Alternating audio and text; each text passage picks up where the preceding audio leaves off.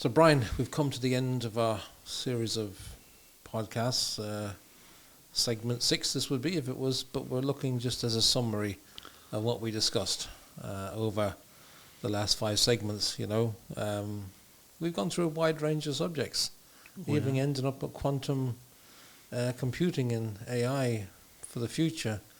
And to be honest with you, we discussed during the break when we had a cup of tea there that Ford and Amazon were reducing the number of workers. They have white-collar workers, and they expect to reduce them by 50%.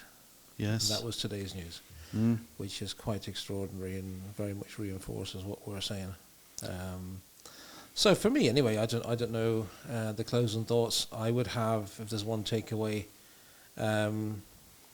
Given, I suppose, the encroachment of AI, coaching really isn't something that can be considered a luxury anymore. It really has to be part of the continued professional development, just like education is, of workers. I don't know. Yes, I agree with you totally on that. It's no longer a luxury. It is an investment. It's an investment in people. And I would also say that, people shouldn't fear AI. They should think about, using it and how they can use it. And even, developing methods through executive coaching in how they might learn or help to teach others. It's something, that learning together is really important when it comes to culture, and you can embrace all of these things.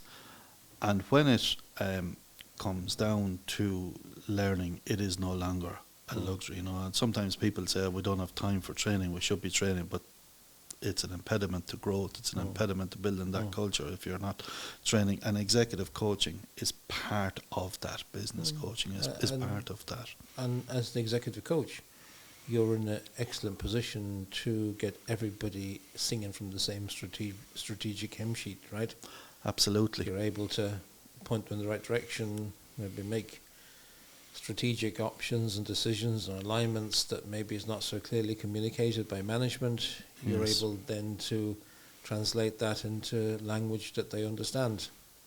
Yes, absolutely. And as we said in one of the earlier segments, it's about speaking the other person's language so that they can understand. Now, we've talked a little bit about, just thinking back over the episodes, we've talked about employees, but of course, what we didn't talk about, maybe we should have, because the whole, I suppose the theme of this is coaching the leaders of tomorrow.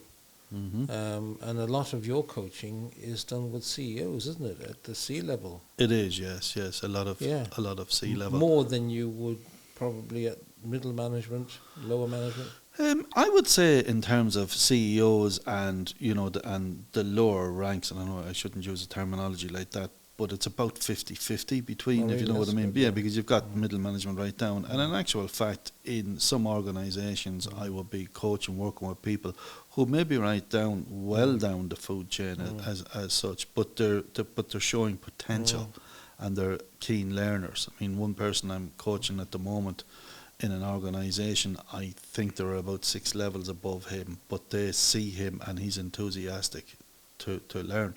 And although it's in Australia, he's Scottish. Okay. Yeah.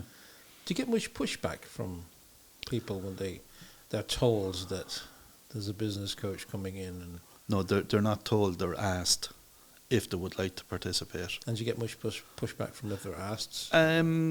Sometimes you might, because they don't understand that. So I give an explanatory sheet, and they know that I'm not there to judge anybody. I'm here to help, but I talk to them and give them I don't just give them an explanatory sheet and let them read it and make up their mind. I want them to meet me, and it's up to them. Is situations where they have no choice but to meet you? Some employers can be like that, yes, okay. And I suppose it goes with position. So, for instance, if there's a CEO says to me, my general manager, for instance, could do with some coaching or whatever, well, then the general manager may feel obligated to do it. But I put things at rest. And of course, after a couple of sessions anyway, I'm going to know whether the person is coachable or not. You know, because one thing I don't do is allow people to waste time and waste money on coaching people that are not coachable. They don't want to be coached. Yeah, they don't want to be there. And I think a lot of it comes down to a fear sometimes of not understanding what's been done. But like yourself, I mean, in the college here, we all explain everything in as plain English as possible. And I think it might be a fear of being embarrassed because they don't understand something. Or maybe arrogance too. They might think that, who are you to tell me what to do or advise me what to do. Yeah. And I had one case last year where a management accountant actually said to me, he says, I've looked this up myself, I'm going to teach myself online. So that's a little over a year ago, and I was talking to him recently, and I just said to him, have you ever done anything online? No. So he's not, and how he is with his people is not good. So he could certainly do this 360 approach you're talking about, and how we can use maybe even AI if he doesn't like talking to people. That's a very valid point, actually. Very valid point, very pertinent point. Yeah.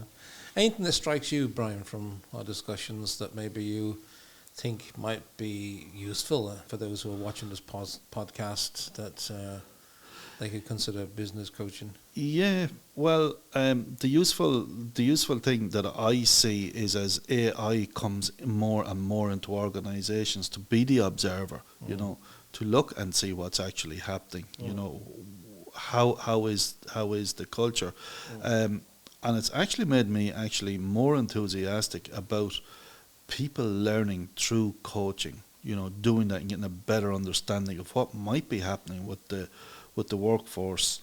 From the point of view that, you know, someone might come in and they had a bad morning at home or whatever, and they come into work. But you know what? I'm just thinking to myself that they could also be having a bad morning through what AI has thrown up in front of them.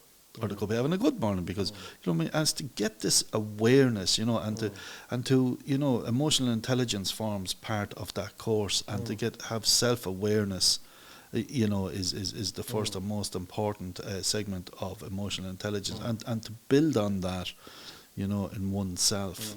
Become comfortable in yourself too, and you know, your role in the company and what you contribute, and your feeling of self-worth and all that stuff.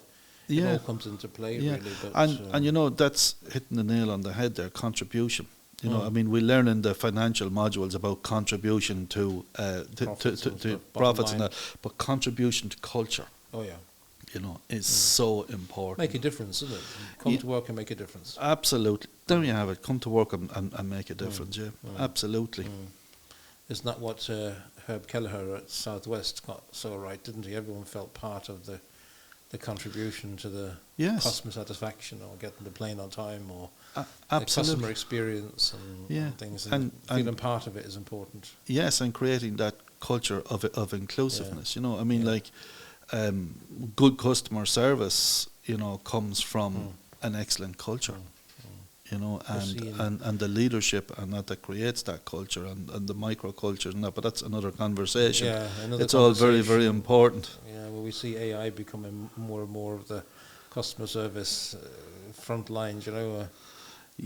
Well, you know something, that puts me in mind, maybe a competitive advantage in time to come is to actually have human interaction as part of your customer service. Yes, it could well be. Yeah, absolutely. And I noticed that a couple of Australian companies are doing that. We have Australians answering our phone, real people. You know, and honestly, it's this move into this kind of cheap delivery, low overhead culture that has serious pushback, you know, and then finally going to no cost at all, where it's an AI bot. But we don't know how this is going to unfold. But the thing is that they can teach AI bots from one's own language. I mean, recording our own voices, and the bot can actually use our voice then.